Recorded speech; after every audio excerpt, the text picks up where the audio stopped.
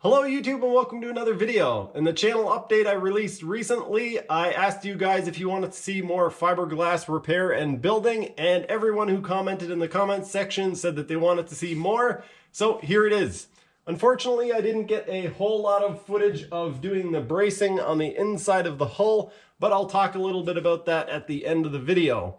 I also got a few people who were asking about the supercharger project, and basically it got put on hold because I don't have enough time or money to do both, and I only have one hull.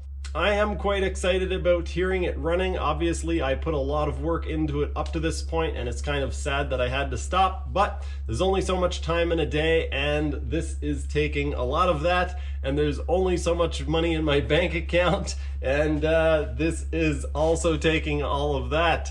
Fortunately, I am working again, so, you know, YouTube doesn't make me a whole lot of money, but yeah, we're gonna take care of it. Let's get into the video and I'll see you guys again at the end. I've decided that the next step of this project is going to be rebuilding the top part of the bow eye, and I need to do that because in order to rebuild the front, I need to have a point to rebuild to. So I'm actually going to be using the front lower part of the jet ski of the bow eye and a piece of EVA foam as a mold. I'm going to put a little bit of epoxy on this and let it cure up so that I have something to lay my fiberglass onto.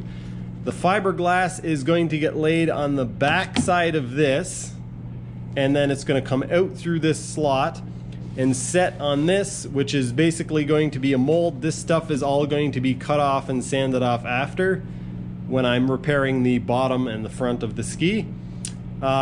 But for now, it's going to serve as somewhere to set my fiberglass. So this will be here. The fiberglass will basically come out from behind. There's going to be a little ear that comes over this way so that I have some taper on each side and down over the front. So the fiberglass is going to go like that. While I'm waiting for the epoxy to cure on the front of the ski, I decided to do some of the patchwork. If it's going to be sitting, curing, it might as well be sitting and curing in several places. I already had the patches prepared for this, so it should go fairly quickly. It's a good idea to wet out the area that you're going to lay your glass on. Two things: it's a good idea to do it in advance, and the other thing is it's a good idea to do it when your epoxy is still very fresh, because that's when it's going to sink in and take the most bite. That chop strand mat really doesn't like sitting in that hole. I think for my sake, this usually isn't the way that I do it, but I think in this case, I think it's going to make more sense to actually put the small patch first, because otherwise I'm not going to get it to conform. Then I'll go slightly bigger. Most of the time I start with the big patch, and that way you have full contact on the largest patch. But in this case, the largest patch would have puckered out and not made contact at all.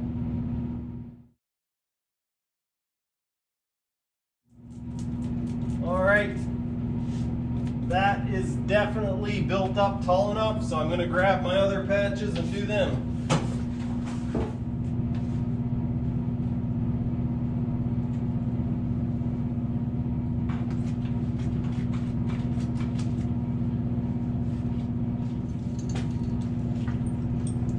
How long was that in total? 15 minutes.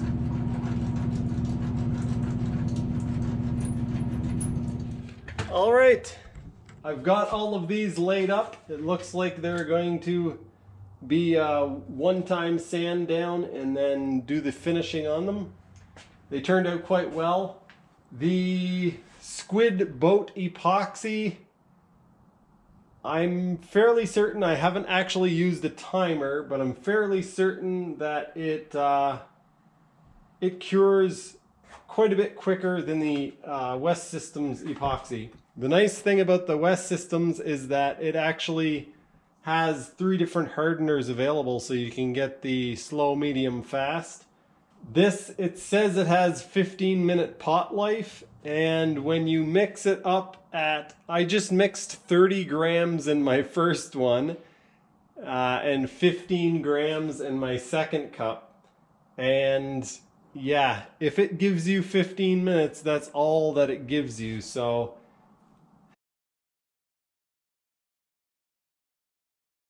I will never get sick of peeling this stuff off, but I'm assuming that you guys will get sick of watching it. Anyway, it's the next day and I'm going to peel some of this stuff off. So if you guys don't remember, this is the squid boat epoxy. Oh yeah, that peels off nice. I put some plastic on this and epoxy on that. I was hoping that it would stiffen up more than that, but I think it'll be good enough to lay some fiberglass on as long as I'm kind of gentle, I guess. Some of the extra epoxy that I had from doing the front thing here, I used to fill in. There was a little bit of a void down this side, and as you can see, it turned out pretty much perfect. I did the same thing over here. Let's see if we can peel this off. And this one turned out just about as nice. A little bit of a void at the bottom. I was running out of epoxy. Alright, I've been hard at work and I don't have a whole lot of time to talk about this because I've just laid up a whole bunch of layers. There's about 120 thousandths thick of material here. And this is basically for the bow eye. What I'm going to do, I've got it wrapped in plastic. I'm going to slide it into place in through here. And then I'm going to peel the plastic off of it. And then I'm going to, I'll just show you guys. I've got the plastic in here now. And now I need to peel the plastic off from here.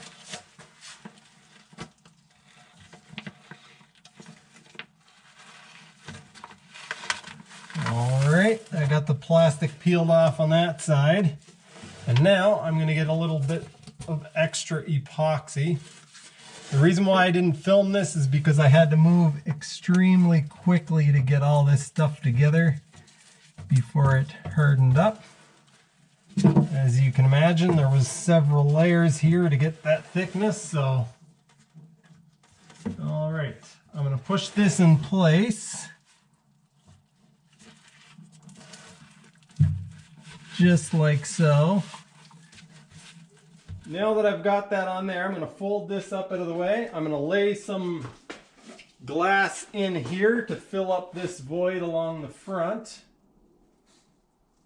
And the idea is that I will be able to peel the plastic off or cut the plastic and then stick it on here. And I will end up with one solid piece across the front here. I'm alternating layers between chop strand mat and cloth because it helps it to stick together better. But if you only use chop strand, it's not very pliable, so you have a hard time to get it to conform to the shapes. My hopes here were to be able to build this up too thick so that I could sand it down and get my profile. Not sure if I'm going to be able to do that, but I'm going to try my darndest. 2 or 3 more layers and I should be built up thick enough, so panic level has dropped slightly. Alright, here's my cloth. I'm going to try putting it right up over the top here. try to help tie everything together. I'm just about running out of time. The epoxy is not really workable anymore. So what I'm going to do is try to peel the plastic back underneath this edge. A little bit of epoxy to wet down these edges here.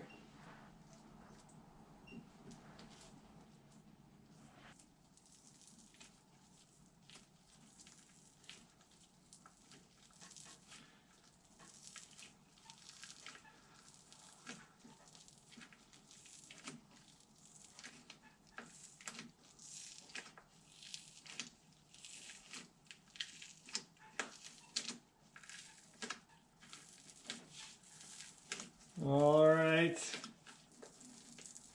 I'm going to cut this plastic off. Cut the plastic off there. This needs to be pulled back through a little.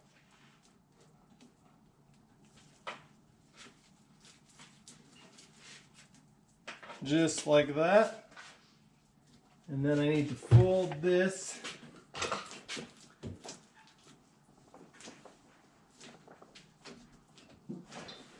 over the front.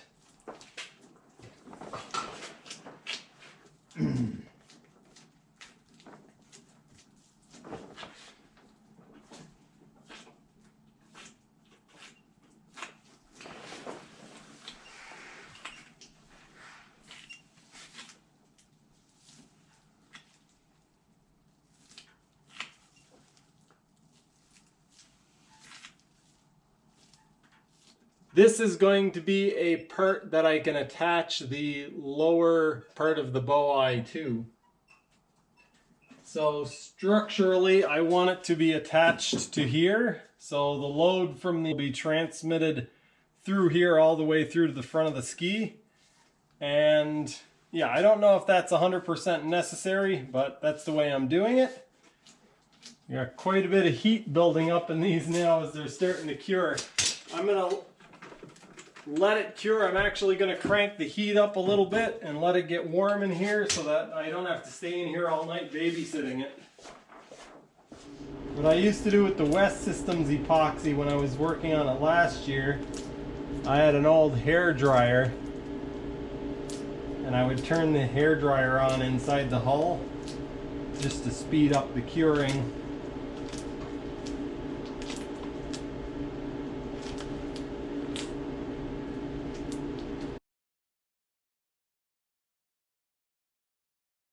You can see here, this is where the gas fill comes to here, and this is where my new piece is attached. It goes all the way from here, all the way up to the front, and I kind of scooped down and went straight forward. So now the hole for the bow eye will actually be pulling on this material, and it will pull on this whole front piece, which is attached to the surf brace and the whole front of the ski. And then when I rebuild the front, I'm going to rebuild all the way from the bottom. I'm going to make it one piece all the way from the bottom, all the way up and out through the front. So the bow eye will be attached directly to the bottom of the hull and be part of the front of the hull and also part of this. So it'll be plenty strong. Alright folks, it's the next day and I decided to do a bunch of this stuff off camera. I pulled the plastic off, both the inside and the outside, and I removed a bunch of material. This one took me considerably longer than the rest of them just because I wanted to make sure I got the right profile. I didn't want to remove any more material than I needed to, so I've got it basically down to the shape that it's going to be. As you can see, it turned out quite well for the compared to the mess that I had on there last night. So I still need to do a little bit of trimming on the bottom. I still need to cut out the hole, but I think I'm going to wait to do that. And the inside doesn't need to be finished because it's on the inside, but I'll show you what it looks like anyway. That's with the plastic peeled off. What I'm going to do, I'm going to continue working on this and try to touch it up cosmetically a little bit, and then I'm going to fill this area in around here I have some chopped strands on order that you can mix with the epoxy, and it does a lot of build up very quickly, and it thickens up the epoxy so that it will stay in place. So what I probably should actually do is just wait until that comes in. That would be a better option to use in here. Shaping this is probably going to be a little bit tricky, probably going to be a pain in the butt. I was thinking that what I would do is wrap a socket in a piece of plastic, or just use a piece of Delrin that was this shape and kind of set it in place, but don't know if that's going to work. I've got some materials for the floor on order. They won't be coming until sometime probably mid next week because it's a long weekend. But while I'm waiting, I decided that I'm going to figure out how to reinforce these areas. The idea was I was going to use this stuff to build it up and then sand it down, and then I would have a shape that I could lay fiberglass over. What I've decided to do instead of that is build it up on the inside. And so this is basically what I've come up with. I don't have a lot of clearance there because of the exhaust. The exhaust comes back and almost touches here. So what I'm going to do, I'm going to epoxy a couple of pieces of EVA foam into the corners. I'm going to do that there and on the other side as well. You can see I've sanded it and cleaned it up. And once I have these pieces epoxied in place, I'm going to lay some fiberglass over them so that it ties into this area. So I'm going to use some epoxy and thickened epoxy to kind of make smooth transitions between this surface, and this surface. I'm going to lay some chop strand mat over the top of it and tie everything together. I think that's probably actually going to be stronger than what I could do on the outside, and it will mean that I don't have to worry too much about cosmetics. It'll be fairly easy to just lay some fiberglass flat on top of this. As you can see, I sanded these down. They turned out fairly well, but the new epoxy that I'm using is definitely not a good laminating epoxy. As you can see, or maybe you can see, there are a bunch of dry spots here that just, yeah, they don't turn out. When I use the West Systems epoxy, that doesn't happen. I've made pretty good progress. I got this piece put in place. I decided not to put the fiberglass over them until this cures up. That way I can actually sand this down and make sure that it's contoured properly. That one in there, it went in very well. It looks like I'm just going to need to do a little bit of sanding at the top. Oh, I think I'm leaning on... Oh, yeah. Look what I just did. This is the third time I've leaned on this. I keep forgetting I did that one. Oh man, that time was good. I was talking, so I was leaning on it for like a minute. There's no fixing it this time. So I did have that repaired. I just needed to add a little build up so I could profile the corner there. I added a little bit to here so I can profile that. I also added a little bit over here just because I had some extra. I also built up the corners here. I jammed a little piece of rope in there, or the core of this nylon rope. It's quite light, and so I just cut a piece off, jammed it in there, and put some epoxy on it, and that way I can basically shape it. I'm going to put some fiberglass in here so that this actually transitions all the way around the corner nice and smooth. It'll add a little bit of extra strength without adding much weight.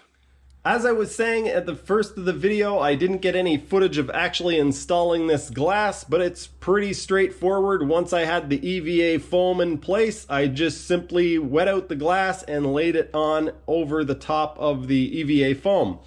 It tied in really, really nice on that side. On this side, it was just a little bit more difficult because I had to have room for the exhaust, or clearance for the exhaust. I haven't actually test fitted it, but I'm pretty sure that it'll work because I basically just came straight over from here.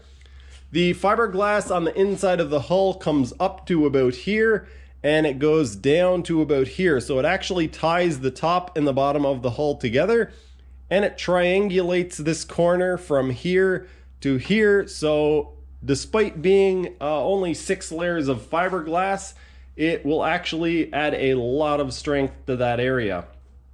I ended up using 3 layers of chop strand mat and 3 layers of cloth, and so it should be plenty strong, and it has a large bond area because there's a fairly large surface where it bonds to on both sides of the patch. That's just about all there is to say about this upgrade. A worthwhile thing to do to your X2 because a lot of them do have issues with cracking through that area. I'm hoping that that doesn't interfere at all with the carburetors, and I'm hoping that that doesn't interfere with the exhaust. I will be sure to let you guys know.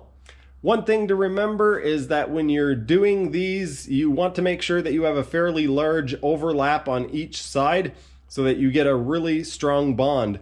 It doesn't matter how strong the fiberglass or the patch itself is, if it's not tied into the surrounding material well, then it's not gonna help. It's not gonna bond to the surface. That just about does it for this video. I really appreciate you guys being active in the comments section and all of the likes on the video. YouTube algorithms really seem to like it when people comment on the videos. They promote it more to other people, and that gives me more views. The more views that I get, the more income that I make from YouTube, and that means that I can do more cool, crazy things with the X2. So I appreciate all of the comments and all of the likes on the video, and I also just appreciate the comments because it lets me know that you guys are actually interested in what I'm doing. A lot of you have some really cool projects on the go. I'm always surprised at how many people are watching my videos who have other either little projects or big projects. There's all kinds of you who are doing triple swaps. There's people who are doing fiberglass repairs. There are people who are doing engine repairs, and I think it's really cool. I'm getting quite busy, so the number of show and tell videos are probably going to drop off quite steeply. BJ and I are supposed to bring the LS engine over to my house this evening, and that will mean that I will be spending probably the weekend and most of next week figuring out exactly what metals that I need or materials that I need to build the exhaust, and I will be going into that full tilt. That is going to do it for this one. Thanks for watching, and I'll see you next time.